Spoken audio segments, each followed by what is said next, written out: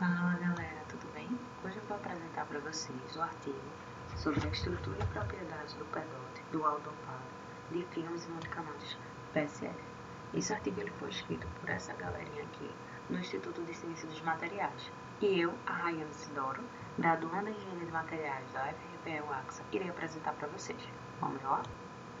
Este trabalho ele tem por objetivo preencher as lacunas do conhecimento já existente sobre esses possíveis pós-tratamentos de filmes finos do PEDOT-PSS dopados com dimetil sulfóxidos, através de um relato para tentar melhorar as propriedades desses filmes.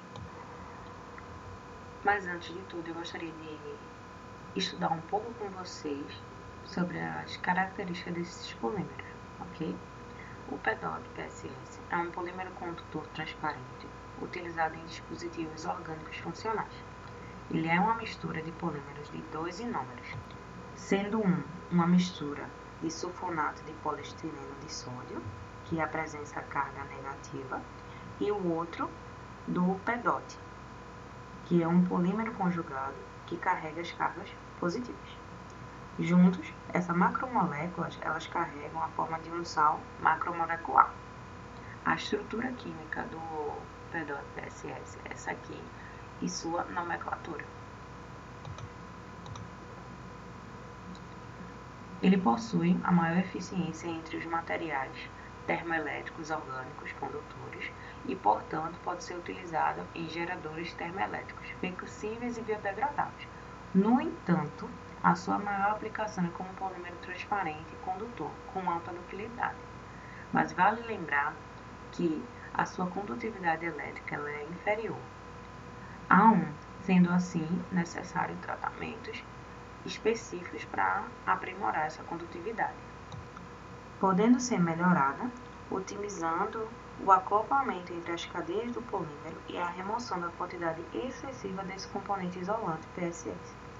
Para esse propósito, a adição dos compostos orgânicos como o etileno-glicol, o dimetil sulfóxido e o dimetilformamida, líquido iônico ou surfactante iônico, é um benefício bem interessante para poder aumentar entre 2 ou 3 vezes a ordem dessa magnitude. O tratamento com ácido sulfúrico concentrado pode aumentar a condutividade do filme para mais de 4 vezes 10 da sua condutividade. Agora, vale lembrar que, aumentando as propriedades elétricas e ópticas dos condutores transparentes, também é necessário que haja a suavização da superfície desses filmes. E assim, deu-se início ao experimento. Para a preparação do PEDOT-PSS, seguiu da seguinte forma. As dispersões em água dos colóides do PEDOT-PSS foram sintetizadas por polimerização oxidativa, na qual foi necessário, a quantidade que tinha na amostra do PEDOT era de 7,31 grama, enquanto o PSS 5,85 gramas. Foram misturados em uma água desionizada de 100 ml, contendo 9,8 gramas, com 8 gramas do persulfato de sódio, 9,8 gramas, e 2 gramas de sulfato de ferro, sendo eles o agente catalítico. A polimerização oxidativa foi realizada a 20 graus Celsius por 24 horas sob agitação vigorosa por um agitador mecânico, a uma taxa de 3 litros por minuto, para evitar a oxidação do oxigênio dissolvido. Posteriormente, os íons de ferro, sulfato e sódio foram removidos por resina de troca catiônica e de troca aniônica. Os filmes finos foram produzidos por Spin Conte em uma dispersão de água de colóides do PEDOT-PSS, contendo 5% de DMSO em substrato de vidro a 2000 RPM.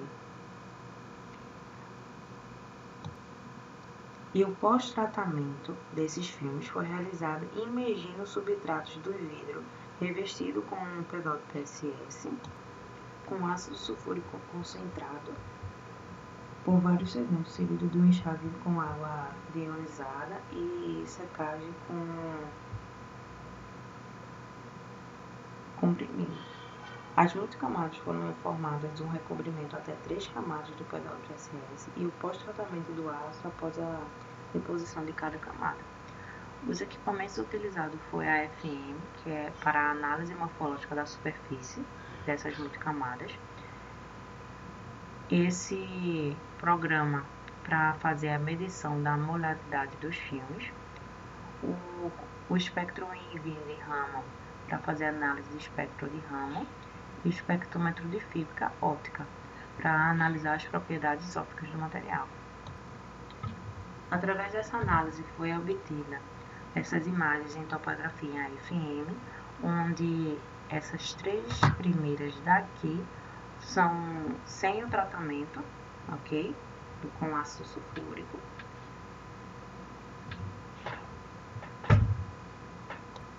A B é com a camada dupla, certo? E a C é com a camada com 3 camadas, ok?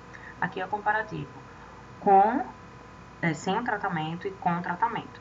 Como é que a morfologia das características da estrutura ficou, ok? Quanto à rugosidade do P2 após o tratamento, certo? A gente pode observar o seguinte.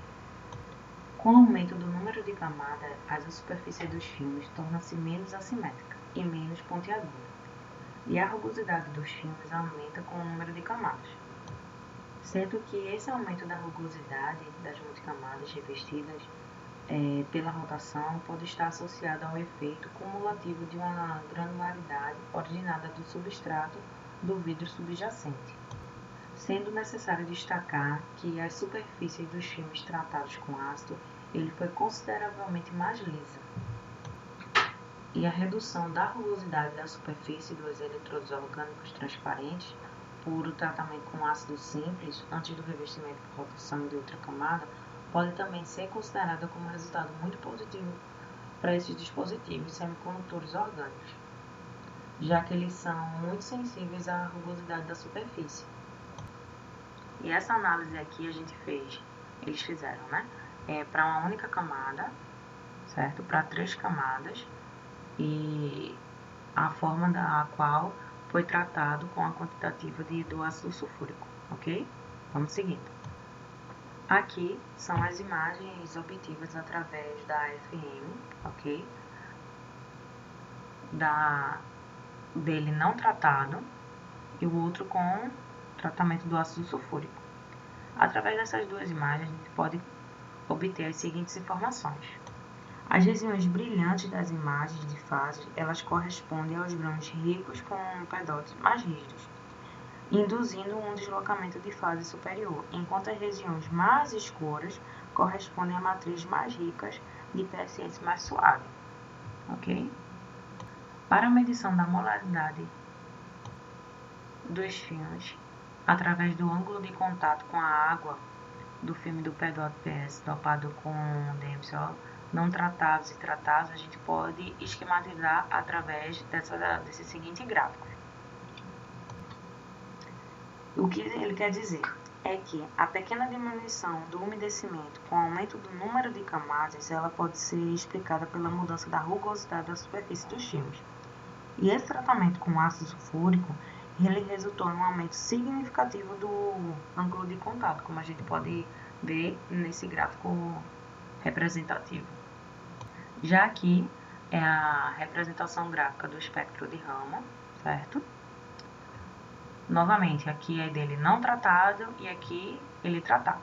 Através dessa figura 4, o que a gente pode discutir? A excitação da luz sobre a amostra foi a luz verde, certo? E o comprimento de onda foi em 532 nanômetros.